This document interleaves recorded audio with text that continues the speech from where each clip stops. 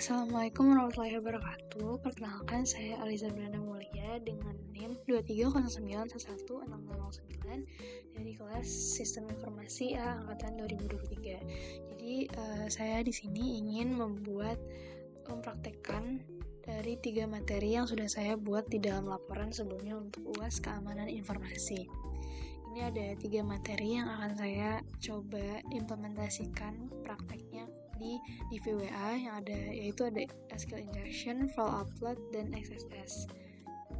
Ini yang pertama ada SQL injection. Jadi SQL injection ini sendiri adalah salah satu bentuk ancaman cybercrime akibat adanya kesalahan dalam pemfilteran input dalam pembuatannya, sehingga terdapat celah yang disalahgunakan. Celah ini memanfaatkan input dari pengguna berupa perintah SQL di mana dari sisi server tidak ada validasi input sehingga user dapat melakukan apapun yang ada dalam database.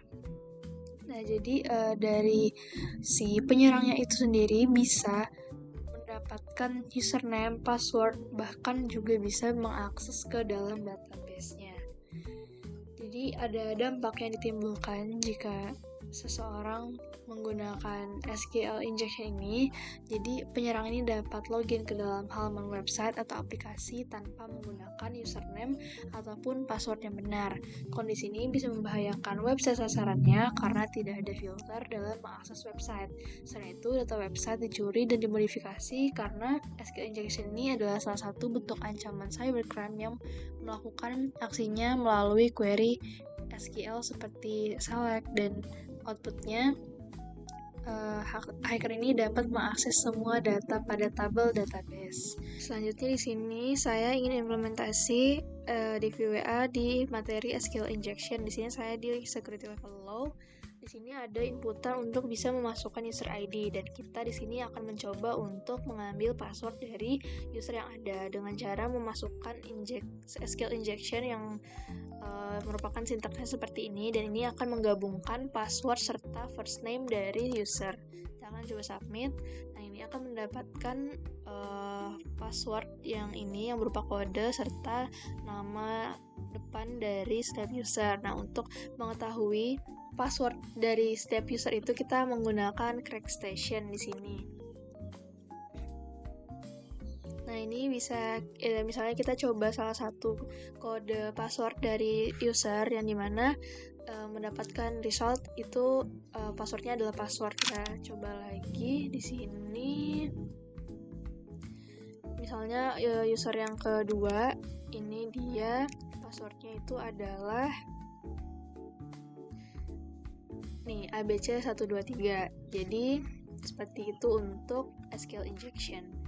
Di sini akan saya coba juga di security level high pada SQL injection. Jadi di sini tampilannya berbeda. Kita harus mengklik dan akan muncul pop-up seperti ini, dan kita hanya bisa memasukkan satu saja dari ID-nya. Jadi hanya bisa menampilkan satu. Untuk query-nya kita akan pakai yang ini.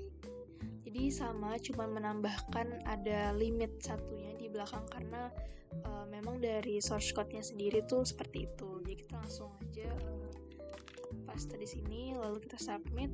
Nah, di sini akan muncul hasil yang sama seperti yang tadi, dan kita juga bisa langsung mengecek isi kodenya di dalam CrackStation seperti itu. Materi kedua yaitu ada file upload. Jadi file upload vulnerability merupakan sebuah celah keamanan di mana seseorang bisa mengunggah file yang berbahaya pada website.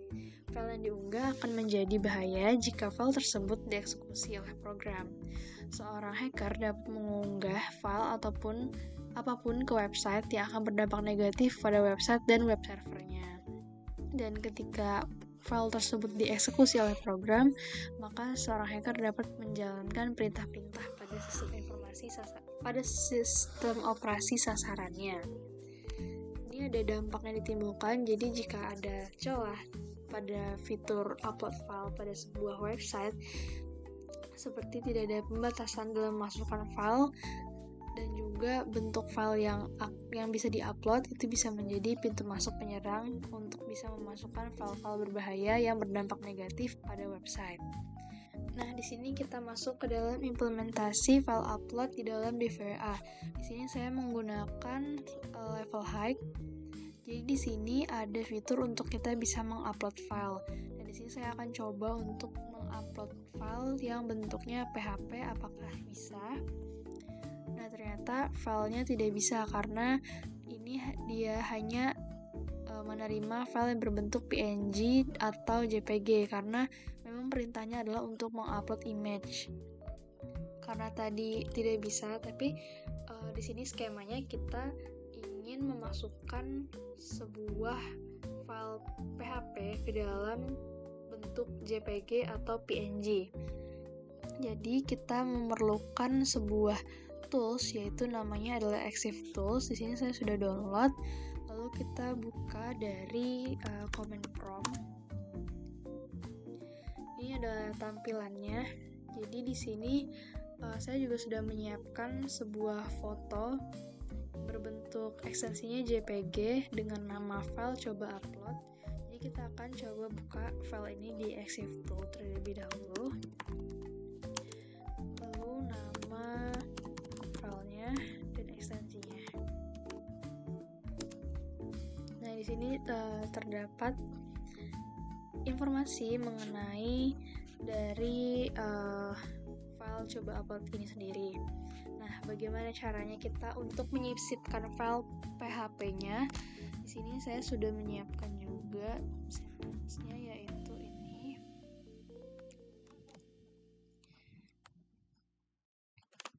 Jadi sederhananya sintaks ini tuh digunakan untuk menyisipkan sebuah script PHP, yaitu untuk menampilkan PHP info ke dalam foto, yaitu coba upload. Sini kita enter. Nah, ini sudah berhasil memasukkan perintah ini ke dalam foto coba upload. Lalu kita akan coba untuk memasukkan file foto tersebut ke dalam DVWA. Ini. Lalu kita coba upload dan berhasil untuk diupload. Tapi karena di file upload ini sendiri hanya bisa untuk menampilkan gambar dari coba upload ini sendiri. Kita akan coba dulu.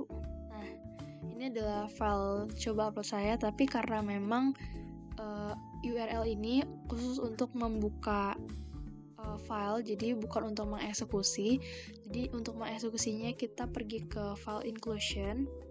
Nah, di sini kita akan memasukkan sintaks, yaitu karena saya berada di level high, jadi dia memang ada filterisasi yang dimana harus ada file, lalu akan coba membuka direktori yang dimana berisi si foto kita tadi yang coba upload.jpg. Enter. Nah, di sini berhasil untuk bisa membuka PHP info sesuai dengan perintah yang kita masukkan ke dalam gambar ini tadi. Materi selanjutnya yaitu ada XSS. Jadi XSS atau cross-site scripting ini adalah jenis serangan JavaScript yang paling umum dan terkenal. XSS terjadi ketika penyerang berhasil menyuntikkan kode JavaScript berbahaya ke dalam halaman web. Dan terdapat 3 serangan XSS, yaitu ada Reflected XSS, Stored XSS, DOM-based XSS. Jadi pada dasarnya ketiga serangan ini tuh sama-sama menyuntikkan kode berbahaya ke dalam halaman web. Tapi perbedaannya adalah kalau reflected ini tuh hanya bersifat sementara, sedangkan kalau store itu dia akan selalu tereksekusi oleh user setiap dia membuka website tersebut. Sedangkan kalau yang DOM ini dia menyuntikkan di bagian sisi klien pada bagian dokumen object model. Ada dampak dari serangan ini, yaitu penyerang dapat mencuri cookie atau token sesi pengguna untuk mengambil alih akun.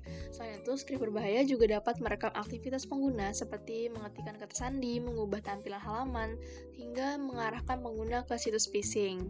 Serangan ini juga sering digunakan sebagai pintu masuk untuk melakukan eksploitasi lanjutan. Kita di sini lanjut ke implementasi di DVWA pada Reflected Cross-Site Scripting atau XSS. Jadi di sini kita akan menguji kerentanan dari fitur yang what's your name ini. Jika kita isi nama, maka akan muncul ini nama kita yang kita inputkan.